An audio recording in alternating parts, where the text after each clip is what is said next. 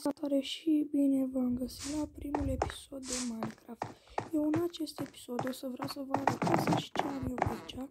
Să-ți dau și volumul mai încet la joc. Așa. Și am aici un enchanting, două furnale, un crafting. Vreau să vă arăt și mansarda. Am un pat, chesturi care e cu armura mea, ca un dulap aș putea zice. Și am și un subsol foarte ordonat, aș putea zice eu. Cu toate, aici de lemn, aici am mâncare, aici din astea de săpat, pickaxe, topor, așa, uneltele.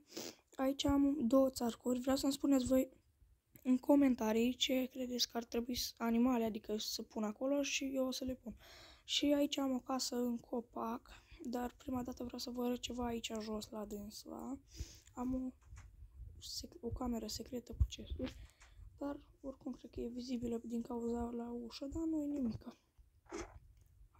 Așa, bine, aici am un pat, tot un chest, un crafting, o măsuță și, două scaune din astea, aș putea zice.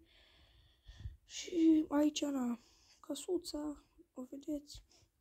Eu vreau să vă rog să nu uitați de butonul de like și de subscribe și de clopoțel ca să fiți voi la curent cu ce postez.